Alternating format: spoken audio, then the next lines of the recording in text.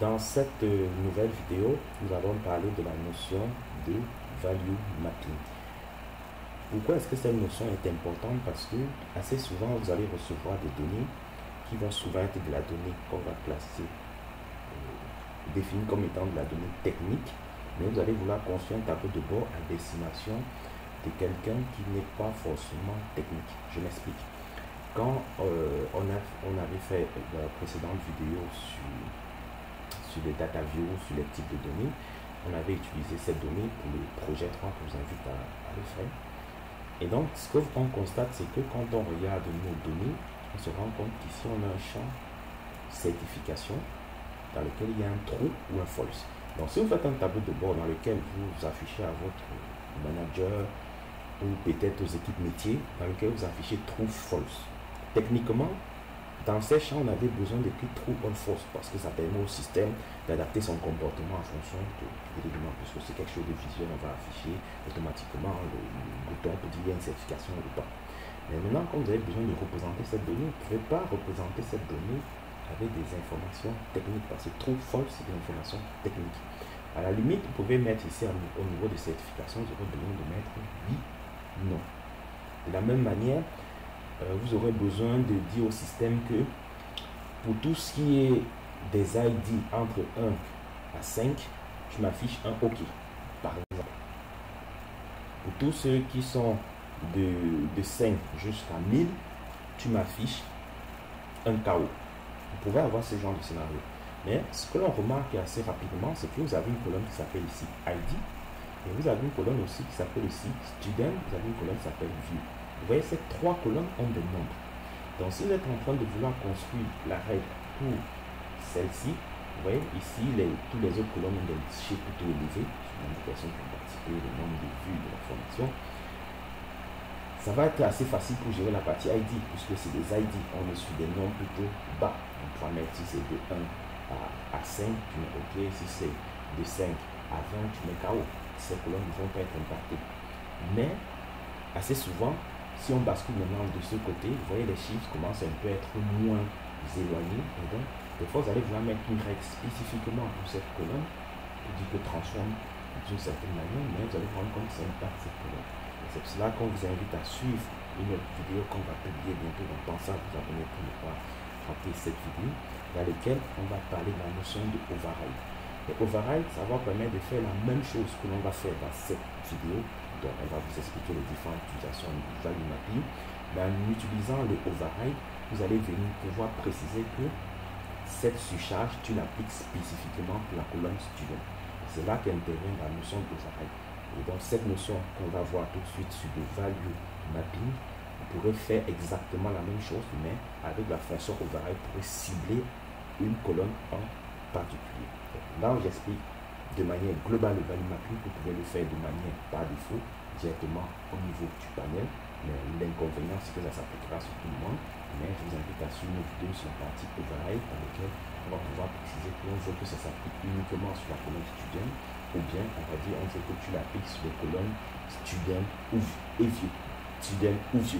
Donc on pourra mettre des regex pour nous dire comment il va reconnaître les colonnes. Donc on verra tout ça. Donc je vous invite à suivre cette vidéo. Donc sans plus tarder, on va rentrer dans la partie override. Donc, comme j'avais dit dans les précédentes vidéos, la partie value mapping, threshold de override, c'est propre pour tous les types d'utilisation. Vous pouvez le faire sur des tables, vous pouvez le faire sur des time series, ainsi de suite. Donc, nous, pour l'instant, on va rester sur les tables parce que c'est pas la représentation qui nous intéresse, c'est l'altération et le changement d'affichage. Donc, vous avez juste à aller dans value mapping pour que ça s'applique à tout. La visualisation, ou pour passer par override pour choisir la série. Nous, on va déjà expliquer les notions, on va directement l'appliquer au débat. Mais ce menu sera exactement le même que vous retrouverez si vous passez par le override. Donc, par défaut, quand vous faites du value mapping, Grafana vous propose de le faire sous forme de value. Donc, nous, on est en pleine formation, on va d'abord commencer par aller comprendre c'est quoi les différents types. Et donc, pour le faire, vous avez juste à supprimer. Donc, vous pouvez supprimer, vous pouvez faire dupliquer. Ça veut dire, vous avez dit une règle, vous faites dupliquer, donc vous changez juste un champ. Donc, on va supprimer pour vraiment partir de 0. Et donc, à ce moment, vous avez à cliquer sur ajouter une nouvelle mapping. Et donc, quand vous voulez ajouter un nouveau mapping, Grafana va vous dire qu'il y en a 4 types. Vous avez le value qui est suivi par défaut. Donc à ce moment, quand vous faites du value, c'est pour dire si tu trouves cette valeur, tu as fait applique cette action. Vous avez le deuxième qui est le range. C'est ce qu'on a vu, on a parlé tout à l'heure. Si le chiffre est entre 1 et 5, on a la notion du range. Range nous intéressera dans ce cas. Nous, on peut aussi dire, nous, on souhaite que tu appliques tel traitement en fonction d'une regex. Et donc, vous pourrez mettre une regex. Donc, si vous ne maîtrisez pas la regex, je vous invite à vous former. Mais de nos jours, avec l'intelligence artificielle, vous avez des outils tels que ChatGPT, Gemini qui peuvent vous aider à construire des regex. Donnez des conditions, il va vous générer la regex qui va bien.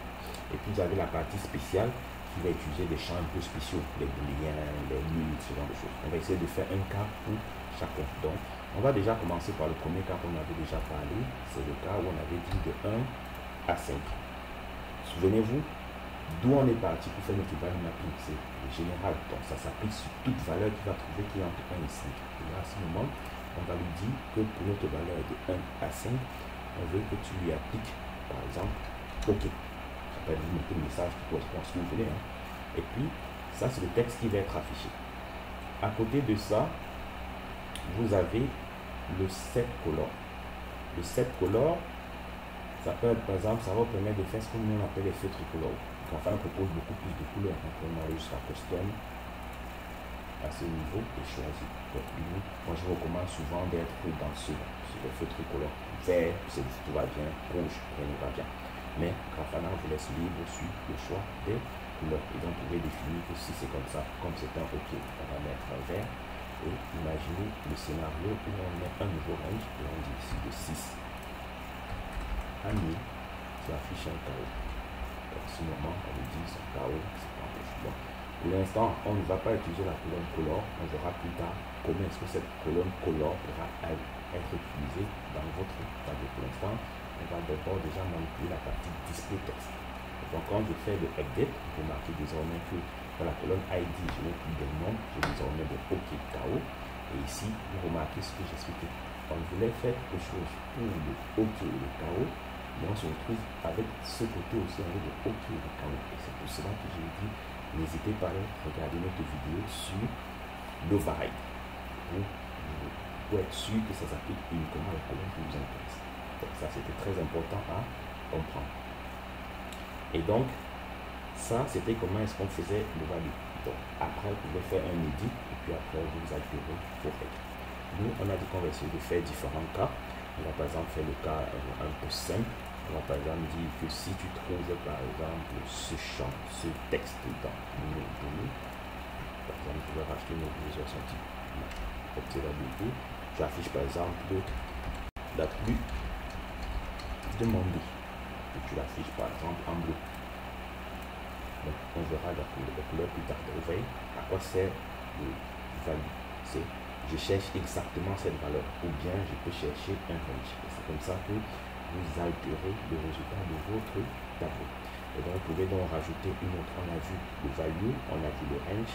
On va voir par exemple la regex. La regex, vous voyez ici, j'ai une colonne qui s'appelle student. J'ai par exemple ici, je veux par exemple, j'ai Docker. Donc je prends par exemple Docker, on va faire de la regex. Et donc j'ajoute par exemple une regex, je fais une regex très simple, du Docker ou le pipe à regex, c'est du ou. Donc je dois ça ou ça, tu affiches commençant par D. Par là. Et donc vous remarquez donc que désormais au niveau de notre champ title, au lieu d'avoir commençant par D, au lieu d'avoir Docker Dynatrace, on a désormais commençant par D. Mais des fois, vous allez vouloir faire, ça c'est propre à l'utilisation des regex, vous aurez souvent besoin de faire des choses comme ça, dans lesquelles vous dites que non. Moi, ce qui m'intéresse, c'est que moi je veux toutes les formations qui commencent par D, mais je veux le reste du nom. Je sais déjà que toutes les façons commencent par D, donc ici, ça, c'est la nomenclature de regex. Donc, je vous invite à regarder. Vous dites que, par exemple, je prends tout ce qu'il y a à la fin. Cette syntaxe fonctionnerait, mais quand je mets des parenthèses comme ça, c'est pour dire à Dynatrace que Je veux que ce que tu vas capturer dans cette zone, tu me la stockes quelque part. Et chaque fois que chaque fois que Grafana va voir des crochets comme ça, il va créer ce qu'il va appeler des variables. Et donc, il va de la 1, de la 2, de la 3, en fonction des parenthèses qu'il trouvera. Et donc, ici, vous pouvez donc faire des choses comme ça, dans lesquelles vous faites donc ici avec un de la.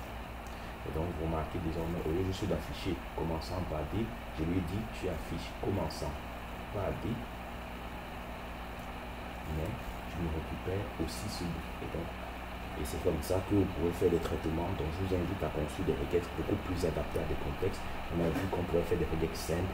On veut qu'il me cherche ce champ ou ce champ. On a vu des regex un peu plus avancés dans lesquels on commence à cibler des champs particuliers. Et puis, n'hésitez pas à utiliser de la 1, de la 2 pour pouvoir, en fonction de ce qu'il va trouver, d'altérer son comportement, comme vous avez pu le voir. Ensuite, on avait vu les values, les ranges, les regex, et donc on va voir le spécial. Vous remarquez ici, par exemple, on a une partie ici booléen. C'est du true, c'est du false. On va profiter pour faire une manipulation avec ça. Ici, quand je rajoute un spécial et que je l'appelle par exemple, vous voyez, je vais dire par exemple, si tu trouves true, tu m'affiches oui. Je lui dis, si tu trouves un spécial qui est false. Donc vous avez des spéciaux qui peuvent être le champ est vide. Vous pouvez avoir le champ renvoi nul, le champ renvoi. Donc ça c'est des éléments spéciaux de programmation. Et donc vous choisissez celui qui vous intéresse aussi. Au lieu d'avoir donc désormais dans votre tableau des choses du genre true, false, vous avez oui et vous avez non. Et donc ça permet que vous avez un tableau, non seulement vous n'avez pas les mots en anglais, ce genre de choses. Et donc vous voyez désormais on a un oui, un non. C'est comme ça que vous pouvez rendre vos tableaux de bord beaucoup plus visuels. Et donc, on a vu qu'il y a une colonne qui s'appelle la partie color, qu'on n'a pas très utilisée pour l'instant. Et on verra que vous pourrez utiliser ces couleurs pour changer justement la coloration du texte, la coloration de la cellule. Et donc, c'est comme ça que vous pouvez rendre votre tableau de bord beaucoup plus dynamique grâce au value mapping. Et pour rappel, quand vous avez besoin que le value mapping s'applique à une colonne en particulier, il ne faut pas passer par le value mapping général de l'élément, il faut passer par le value mapping de les variables. On verra toutes ces notions dans une prochaine vidéo. J'espère que cette vidéo vous a plu. N'hésitez pas à manipuler. Toutes ces notions sont expliquées sur notre site que je vous invite à consulter. Dans la section Grafana, vous avez un TP manipulation de la donnée, le TP3, que je vous invite à faire, dans lequel on vous explique comment est-ce que vous pouvez partir de ces données qu'on a vu, qu'on a commencé à faire quelques manipulations pour en arriver à un résultat de ce genre, dans lequel, au lieu de simplement avoir, par exemple ici, on avait des images dans lesquelles on avait des URL, et désormais il affiche clairement le logo. Au lieu d'avoir quelque chose d'assez plat, transformer un logo, mettre des conditions, si c'est la valeur telle ou telle, vous remarquez donc désormais les éléments qui se colorient. Lorsqu'on a des chiffres ici, on a du vert, on a du jaune, on a du rouge, et donc c'est comme ça que vous rendez votre tableau de bord plus visuel, plus beau, plus parlant. En un coup d'œil, vous voyez, on a la ligne, par exemple, certification qui est en vie, parce qu'il y a une certification qui était souvenue sur une nouvelle donnée. Quand on passe sur la partie d'Inatras, vous voyez la certification à true, alors que tous les autres sont à false. Et donc, il faut mettre des conditions comme ça. D'un coup d'œil, la personne sait laquelle des lignes concerne de la certification. J'espère que cette vidéo vous a plu. N'hésitez pas à vous abonner pour ne rien rater à nos prochaines vidéos.